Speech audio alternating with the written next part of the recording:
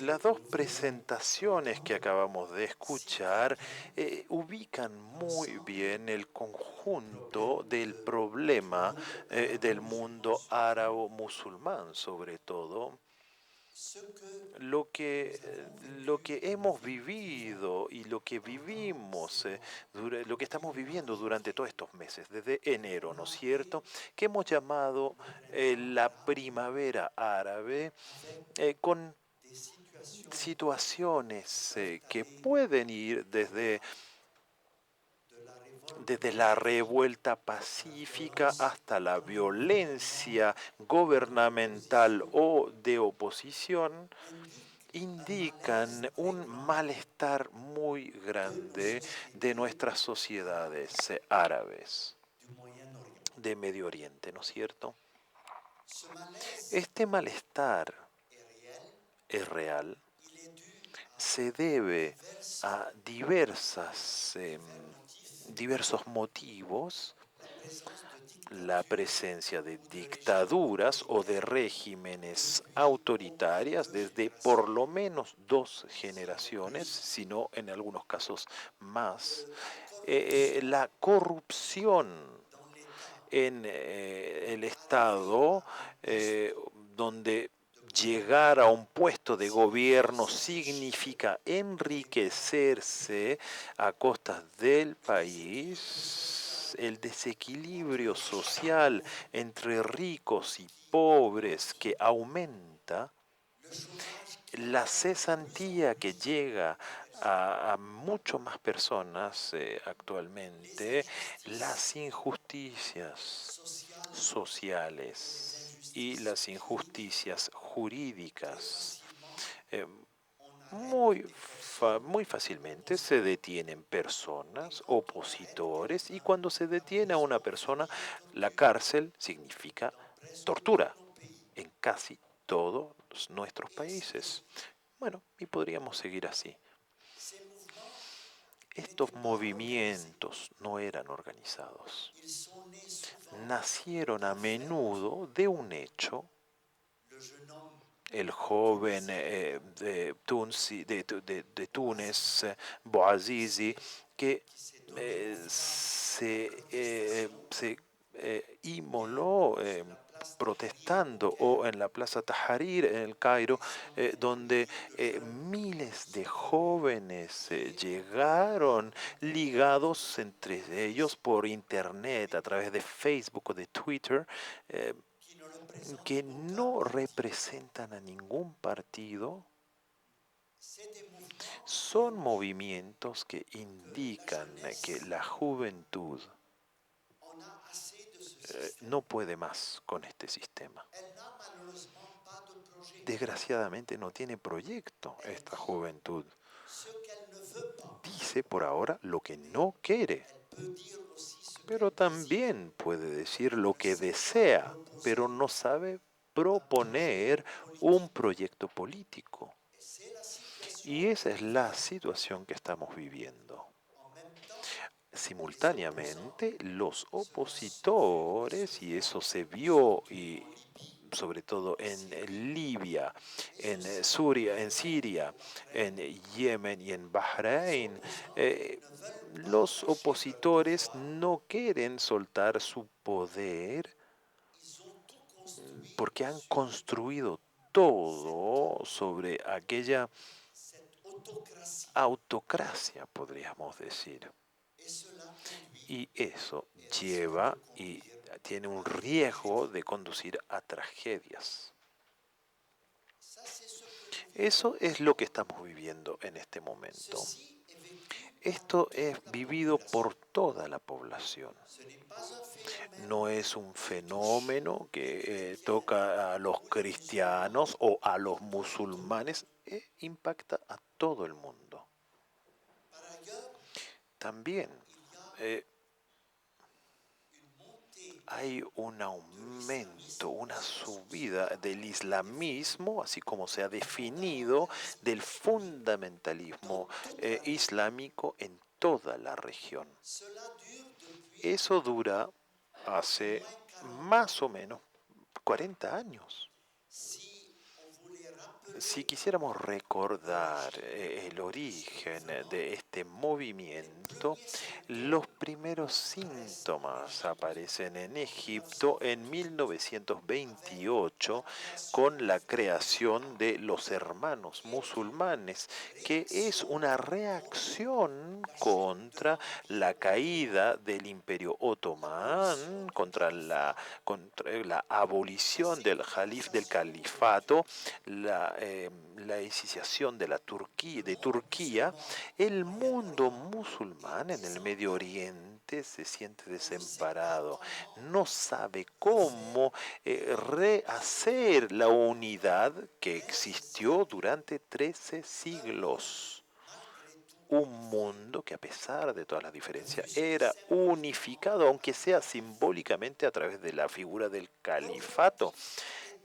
El objetivo era de islamizar las sociedades musulmanas, que eran, que era vi- que eran vividas finalmente, y es en parte verdad, como sociedades mucho más occidentales que musulmanas. Ese movimiento será eh, finalmente detenido por todos los gobiernos.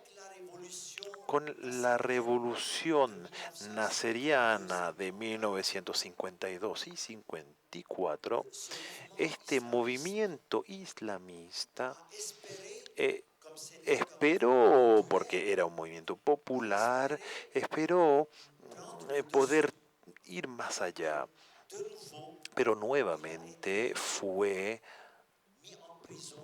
encarcelado, prohibido, y eso bajo todos los gobiernos. El motivo era el hecho de que este ideal, este proyecto islámico, era efectivamente un proyecto que quería tomar el poder y que a menudo, sobre todo después de los años, hablemos de los años 60, ¿no es cierto?, con la llegada de un guía, Sayyid Qutb en Egipto, que que escribió la teoría de la violencia y que lo describió como una necesidad para llegar nuevamente a la justicia en el mundo. Estos movimientos fueron prohibidos, pero siempre trabajaron de, de manera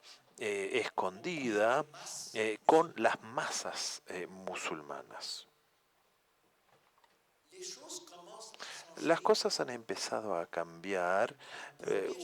Un primer cambio que suscitó reacciones violentas es obviamente la creación del Estado de Israel, decidida por lo que llamamos la ONU. Después se llamó la ONU, en esa época se llamaba la Sociedad de las Naciones. Una decisión absolutamente injusta con respecto a los habitantes de la región, porque aquellos que persecutaron a los judíos fueron aquellos que propusieron de darle una tierra que no era de ellos, pero que era de los árabes y que era vista como una parte de la umma musulmana. No cabe duda de que fue una injusticia y que sigue siendo una injusticia. Pero a la vez, esta injusticia que fue decidida por las Naciones Unidas se legalizó y debe ser conocida y reconocida. Quiero decir que el Estado de Israel, a pesar de que su nacimiento es injusto, es un Estado que debe ser reconocido como tal porque es la comunidad internacional finalmente que lo creó.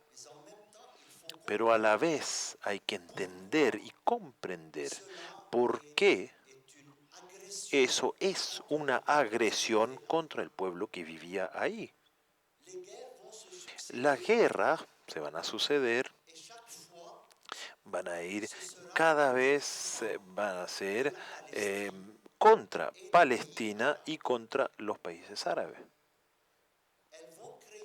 Van a crear un sentimiento no solamente de injusticia, que es real, pero también de imposibilidad de retomar el derecho, de recobrar derecho, y eso se ve no como una injusticia de Israel contra los árabes o contra los musulmanes, pero del occidente, que es efectivamente el apoyo desde el inicio y hasta hoy en día de, de esta situación.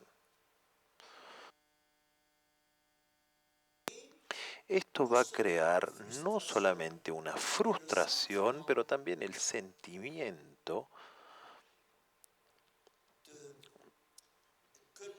que somos incapaces nosotros los árabes o nosotros los musulmanes, podrían decir otros, de reformarnos, de salir de esta situación, porque todo el mundo sabe que las derrotas militares de los países árabes se deben también a toda la corrupción de nuestros regímenes. Todo aquello crea un sentimiento de un complejo de inferioridad. Y cuando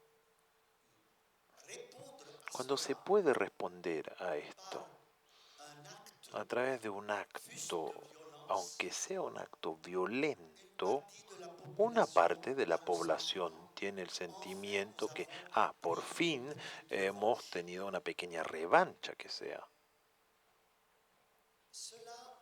Esto finalmente explica en parte la subida del movimiento islamista violento que va a tomar más fuerza después del año 73, cuando los países productores de petróleo van a ser cada vez más ricos. Recuerdan todos aquí que a fines de 73, a inicio del 74, el precio del petróleo se fue multiplicando por 4. Y el poder de los países como Arabia Saudita, los países del Golfo, Arabia Saudita e Irán aumentó. Arabia tiene más dinero de lo que puede usar.